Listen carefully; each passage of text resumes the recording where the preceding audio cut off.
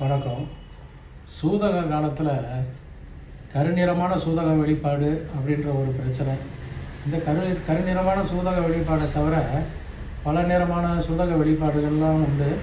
இது ஒவ்வொரு சூதக வெளிப்பாட்டுக்கும் ஒவ்வொரு காரணங்கள் சொல்கிறாங்க. ஒவ்வொரு நிறத்துக்கும் ஒரு பேதங்களுக்கும் ஒரு காரணங்கள் சொல்லப்படுது. அதில் குறிப்பாக பார்த்திங்கன்னா இந்த கருப்பு நிறமான ஒரு கிளாட்டட் டைப்பில் வரக்கூடிய வலியுடன் கூடிய ஒரு சூதக வெளிப்பாட்டை பற்றி இப்போ பார்ப்போம்.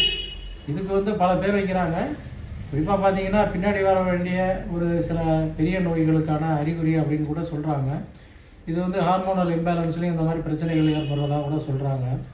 எதாக இருக்கணும், அதாவது ஹார்மோனல் இம்பேலன்ஸோடு சேர்ந்த பிரச்சனைனா அதுக்கு ஒரு தனி வடிவங்கள்லாம் உண்டு, வெளிப்பாடுகள்லாம் உண்டு. குறிப்பாக பார்த்தீங்கன்னா கடுமையான வலியெல்லாம் இருக்கும், இடுப்பு வலி, வயிற்று வலியெல்லாம் இருக்கும், வாந்தி இருக்கும், உமட்டல் இருக்கும், ஜுரம் இருக்கும், கை காலெல்லாம் கடுமையான வலியெல்லாம் இருக்கும். இந்த மாதிரி ஒரு பிரச்சனையோடு அந்த ஒரு 3 நாள் 4 நாள் முடங்கி கூட படுத்துருவாங்க.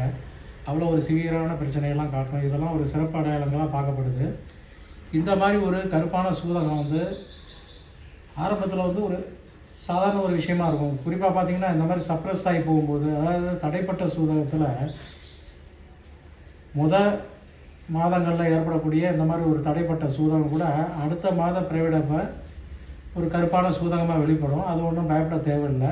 இதை நீங்கள் நல்லா கவனிச்சுக்கிட்டே வர வேண்டியது. அதாவது எப்படின்னா ஒவ்வொரு மாதமும் அது எப்படி இருக்குது, கூடி குறையுது அப்படின்றத பொறுத்து தான் பிரச்சனைக்கு மருந்து தேடணும். அதை விடுத்து இந்த மாதிரி ஒரு ஆரம்ப நிலையில் இல்லை ரொம்ப கிரானிக்கான ஸ்டேஜில் கருவாய் புண்ணுலையும் உள்ளுக்குள்ளே இருக்கக்கூடிய தீவிரமான புண்ணில் கூட ஒரு பயன்படக்கூடிய ஒரு எளிமையான ஒரு கஷாய முறையை பார்ப்போம். நம்ம முன்னாடி தொடரில் ஒரு பெருந்தகரை அப்படின்னு சொல்லக்கூடிய ஒரு தாவரத்தை நம்ம அறிமுகப்படுத்தி சொன்னோம். அந்த பெருந்தகரை, அதாவது இது கேசியா ஆக்சிடென்டாலிஸ்ன்னு பேர். இந்த மாதிரி பெருந்தகரை அப்படின்னு சொல்லக்கூடிய தாவரம் எங்கேயுமே சர்க்குலஸாக கிடைக்கக்கூடிய ஒரு தாவரம் தான். அதனால் நீங்கள் அப்பப்போ ஃப்ரெஷ்ஷாக யூஸ் பண்ணலாம், இல்லை தேவைப்பட்டால் கொஞ்சம் பெரிய அளவில் எடுத்து கூட வச்சுக்கலாம். இதை பார்த்தீங்கன்னா இதனுடைய வேறுபாகம் தான் அதிகமாக பயன்படும். வேர் எடுக்கிறது ஒன்றும் பெரிய விஷயம் இல்லைங்க. பார்த்தா தாவரம் ரொம்ப பெரிய உயரமாக தெரியும். நீங்கள் சாதாரண நோண்டி கையால் பிடிச்சி இழுத்தாலே, பலமாக இழுத்தாலே ஒரு ஜானுக்கு மேலே வேர் இருக்கிறது இல்லை. அப்படியே இருந்தாலும் சின்ன சின்ன கிளை வேர்கள் தான் கொஞ்சம் அதிகமாக பரவலாக விட்டுருக்கோம். நீங்கள் தேவையான அளவுக்கு சேகரித்து வச்சுக்கலாம் ஈஸியாக.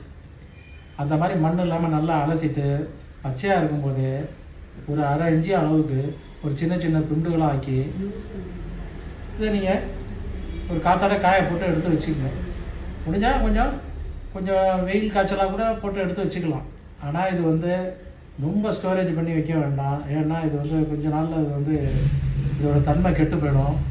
அதனால் ஒரு 10 நாள் 15 நாளைக்கு உள்ள ஒரு வேர்களை மட்டும் நீங்கள் சேகரித்து எடுத்து வச்சுக்கிட்டு உபயோகப்படுத்த வேண்டியது தான். இது ரொம்ப சிம்பிளுங்க. இது ஒன்றும் நசுக்கணும்னு அவசியம் இல்லை. முடிஞ்சால் நசுக்கி போடலாம். இது அப்படியே இந்த முழு வேரையும் சின்ன சின்ன துண்டாக வெட்டின முழு வேரையும் முதல் நாள் நைட்டே ஒரு பாத்திரத்தில் போட்டுருங்க. ஒரு அரை ஸ்பூன் அளவுக்கு மிளகு பொடி பண்ணி ஒரு 5 கிராமே போதுமானது. ஒரு 5 கிராம், அதிகபட்சம் ஒரு 10 கிராம் 1-2 பொடி பண்ணி அந்த மிளகை அந்த பாத்திரத்தில் போட்டு ஒரு லிட்டர் தண்ணியை ஊற்றி ஊற வச்சுருங்க. முதல் நாள் நைட்டே இதை சித்தப்படுத்தி வச்சுக்கணும். காலம்பரை இதை அடுப்பில் ஏற்றி ஸ்லிம்மில் வச்சு நல்லா காய்ச்சிங்க. ஒரு 1/2 லிட்டர் நல்லா சுண்டி போனோன்னே எடுத்து வச்சுருங்க. முழுமையாக ஆறுனதுக்கப்புறம் வடிகட்டிட்டு இதை ஒரு டிவைட் பண்ணி ஒரு 3 வேளை அல்லது 4 வேளை ஒரு டம்ளர் அப்படி சாப்பிடுங்க. நல்லா ஒரு பெரிய டம்ளர் அளவுக்கு நீங்கள் சாப்பிடுங்க. சாப்பிடும்போது சூடு பண்ணி சாப்பிடணுன்னு அவசியம் இல்லை. ஆரம்பத்தில் நீங்கள் வடிகட்டுறதோட நிறுத்திங்க. அதுக்கப்புறம் 6 நாள் பரவாயில்ல, வடிகட்டிட்டு நல்லா ஒரு பெரிய டம்ளரில் 1 டம்ளர் வெறும் வயிற்றில் சாப்பிடுங்க. காலம்புற வெறும் வயிற்றில், மதியம் வெறும் வயிற்றில், முடிஞ்சால் சாயந்தரம் இரவு சாப்பாட்டுக்கு முன்னாடியே வெறும் வயிற்றிலே சாப்பிட்ருங்க. இப்படி விடாமல் சூதக நாளைக்கு முன்னாடியே சாப்பிட ஆரம்பிக்கலாம். பிரச்சனை தீவிரமாக இருந்ததுன்னா மாதம் முற்றிலும் சாப்பிடலாம். இதனால் எந்த சைடு எஃபெக்ட்டும் கிடையாது. இது ஹார்மோனல் இம்பேலன்ஸுக்கும் ரொம்ப ஒரு அற்புதமான ஒரு கஷாய பிரயோகம். மேலும் பார்த்தீங்கன்னா நல்லா இது ஒரு யூட்ரஸை நல்லா க்ளீன் பண்ணிவிடுங்க. உள்ளுக்குள்ளே ஏதாவது ஒரு தேவையில்லாத கிருமிகளுடைய இது இருந்தாலும் எல்லாம் வெளிப்பட்டுரும். இந்த மாதிரி ஒரு சத வளர்ச்சியோ, கெட்ட சத வளர்ச்சியோ, இல்லை கட்டிகளோ இந்த மாதிரி ஆகக்கூடிய ஆரம்ப நிலை இருந்தால் கூட அதெல்லாம் க்ளீன் பண்ணி வெளியில் கொண்டு வந்துடும். அவ்வளோ ஒரு அற்புதமான ஒரு சிம்பிளான ஒரு கஷாய முறை அது. அதாவது வேரை பயன்படுத்த முடியாதவங்க மேல் பகுதியில் இருக்கக்கூடிய இலை தண்டுகள்லாம் பயன்படுத்தலாம். அதனால் ஒன்றும் தவறு இல்லை. ஆனால் வேருக்கு ஒரு தனித்துவமான குணம் இதுக்கு உண்டு. அதனால் ஏன்னா இது பழைய காலத்தில் பார்த்தீங்கன்னா குழந்தை பிறந்த பெண்களுக்கு பார்த்தீங்கன்னா ஒரு தாய்ப்பால் ஊறுறதுக்கு கூட இந்த இலையை பயன்படுத்தியிருக்காங்க. பார்த்தீங்கன்னா அந்த காலத்தில் பார்த்தீங்கன்னா ஒரு கொழுந்து இலையை தேவையான அளவுக்கு ஒரு கைப்பிடி அளவுக்கு எடுப்பாங்க, அரிசியோடு சேர்த்து வேக விடுவாங்க. அதுக்கப்புறம் மிளகு ஜீரகம் போடுவாங்க, சில பருப்பு இனங்களும் போடுவாங்க. போட்டுட்டு கொஞ்சமாக நெய் விட்டு ஒரு பொங்கல் மாதிரி செஞ்சு அந்த பிரசவ பெண்களுக்கு வந்து கொடுக்கறது உண்டு. அந்த மாதிரி கொடுக்கும்போது அபரிமிதமான ஒரு தாய்ப்பால் விருத்தி ஆகும் உண்டு. அது மாதிரி இது வந்து பெண்களுக்கு ரொம்ப ஒரு தனித்துவமான ஒரு தாவரமாக இது பார்க்கப்படுது.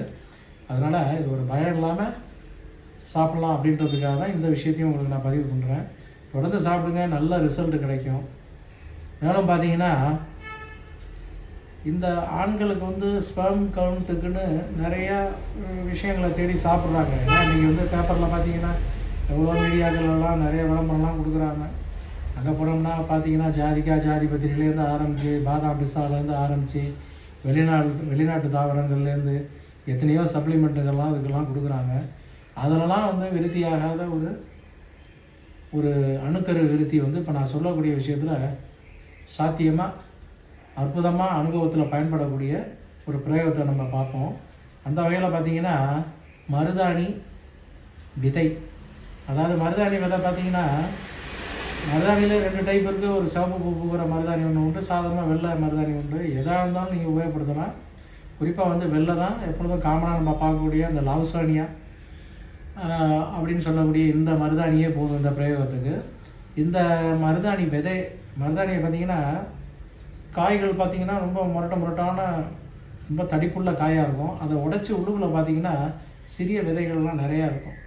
அந்த விதைகளை மட்டும் நீங்கள் சேகரித்து வச்சுக்கோங்க. அதை நீங்கள் சும்மா காய போட்டு லேசாக 1-2 தட்டினீங்கனாலே உள்ளுக்குள்ளே இருக்கிற விதைகள் உதிர ஆரம்பிச்சிடும். அதை நீங்கள் நல்லா தேவையான அளவுக்கு ஒரு டப்பாவில் சேர்த்து வச்சுக்கோங்க. டெய்லி ஒன்றும் இல்லைங்க, ஒரு 2 கிராம் ஒரு 3 வேளை சும்மா வாயில் போட்டு நீங்கள் ஒரு பாக்கு மெல்லுற மாதிரி மென்று தின்னாலே போதுமானது. மென்று தின்னுட்டு நீங்கள் பால் குடிக்கலாம், இல்லை சும்மா தின்னுட்டு கூட ஒரு மேலே ஒரு டம்ளர் தண்ணி கூட குடிச்சிட்டு போயிட்டே இருக்கலாம். இது மாதிரி தொடர்ந்து ஒரு 2 மாதம் சாப்பிடுங்க.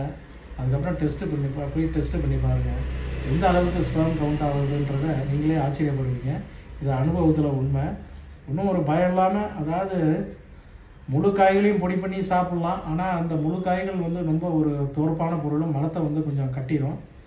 அதனால் உள்ளுக்குள்ளே இருக்க விதைகளே, சிறிய விதைகளே இதுக்கு ஏற்றது. பழைய காலத்தில் வந்து பார்த்திங்கன்னா இதே வந்து மூல ரோகத்துக்கு கூட இந்த மருதாணி விதையை சாப்பிடுவாங்க. அது பார்த்திங்கன்னா காஞ்சது அப்படின்னு இல்லாமல் பச்சையாக இருக்கும்போதே ரொம்ப பொடுசாக பிஞ்சுகளாக இருந்தால் கூட அதை என்ன பண்ணுவாங்க, தேவையான அளவுக்கு கொண்டு வந்து ஒரு சின்ன ஒரு 1/4 அவாசி ஒரு கைப்பிடி அளவுக்கு அதை வந்து அம்மியில் வச்சு தண்ணியை திரித்து நல்லா அரைப்பாங்க. அரைச்சிட்டு மோரில் நல்லா கலக்கி விட்டு கொஞ்சம் நேரம் ஊட்டினதுக்கப்புறம் வடிகட்டி குடிப்பாங்க. அப்படி இல்லைன்னா அந்த விழுதையே வாயில் போட்டு மென்று தின்ட்டு தயிர் 1 டம்ளர் குடிப்பாங்க. பார்த்திங்கன்னா எப்பேற்பட்ட ப்ளீடிங் பைல்ஸாக இருந்தாலும் இமீடியட்டாக நின்றுடும். அந்த அளவுக்கு இதோடைய தோற்பு தன்மையும் ஆற்றக்கூடிய தன்மையும் இதுக்கு அதிகம். அந்த காலத்தில் மூல ரோகத்தில் கூட இந்த விதைகளை வந்து பயன்படுத்தியிருக்காங்க. இதெல்லாம் வந்து ரொம்ப இது அதிகமாக நூல்களெல்லாம் பார்க்க முடியாது. இந்த மாதிரி அனுபவ முறைகள்லாம் இதெல்லாம் வந்து அந்த காலத்தில் ரகசியமாக ஒவ்வொரு குடும்பங்கள் வச்சுக்கிட்டு இருந்த கைமுறைகளாகும் இது. அதே மாதிரி தான் இந்த அணுக்கரு விருத்திக்காக இந்த விதையை சாப்பிட்றதும் அதே மாதிரி தான் ரொம்ப ரகசியமாக உள்ள பிரயோகம். இதில் நிறைய பேர் சாப்பிட்டு பலன் அடைஞ்சிருக்காங்க. அதை நாங்கள் இங்கே பதிவு பண்ணியிருக்கோம். உபயோகப்படுத்திட்டு எங்களுக்கு நீங்கள் வந்து அதை பற்றி நீங்கள் கலந்து பேசலாம். உங்களுக்கு இது சாப்பிட்ற சம்மந்தமாக சந்தேகம் தான் நீங்கள் எப்போ வேணாலும் கேட்கலாம். ஏன்னா அடிக்கடி நீங்கள் பல விஷயங்களை கேட்குறீங்க. அந்த மாதிரி கேளுங்க. இது ஒன்றும் ரேர் பிளான்ட் இல்லை. ஏன்னா அபூர்வமான தாவரங்களை சிலதை காட்டும்போது தான் அதுவான்னு குழம்பி போய் கேட்குறீங்க. மாறாக இந்த மருதாணின்றது சர்ப்ளஸாக கிடைக்கக்கூடியது தான். தகர அப்படின்னு சொல்லக்கூடியதும் சர்ப்ளஸாக கிடைக்கக்கூடியது தான். அதுலேயும் உங்களுக்கு சந்தேகம் இருந்தாலும் கேட்டு தெரிஞ்சு தொடர்ந்து இதை சாப்பிடுங்க. நல்ல பலன் அளிக்கும். நன்றி, வணக்கம். மேலும் பார்த்தீங்கன்னா நிறைய பேர் சப்ஸ்கிரைப் பண்ணுறதில்ல. தயவுசெய்து சப்ஸ்கிரைப் பண்ணுங்கள். நன்றி, வணக்கம்.